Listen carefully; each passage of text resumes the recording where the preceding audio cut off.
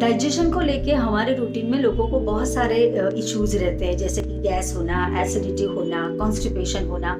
और उसमें से कॉन्स्टिपेशन जो है वो बहुत ही कॉमन चीज़ है ना।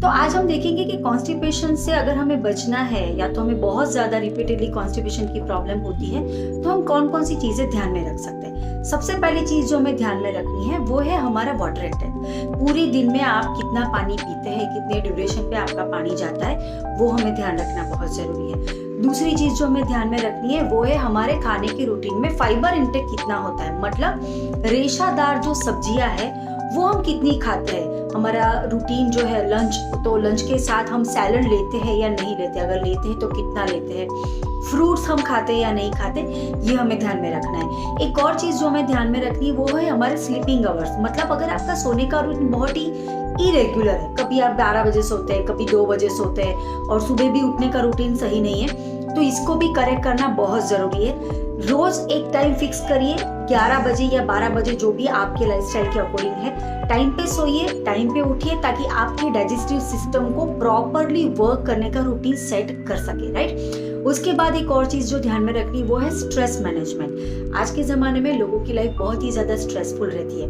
अगर आपकी लाइफ में भी स्ट्रेस बहुत ज़्यादा है, आपको भी उसको मैनेज करना सीखना पड़ेगा। हम में से कोई स्ट्रेस से बच नहीं सकता, लेकिन ऑफकोर्स हम वो स्ट्रेस को मैनेज करना तो सीख सकते हैं। तो ये एक चीज़ और हम कर सकते हैं जो हमारे रूटीन में हमारे स्ट्रेस को कंट्रोल कर सके, मैनेज कर सके, जिसकी वजह से अगर हमें डाइजेशन में कुछ चैलेंज आ रहा है तो हम उसको भी सॉल्व कर सके।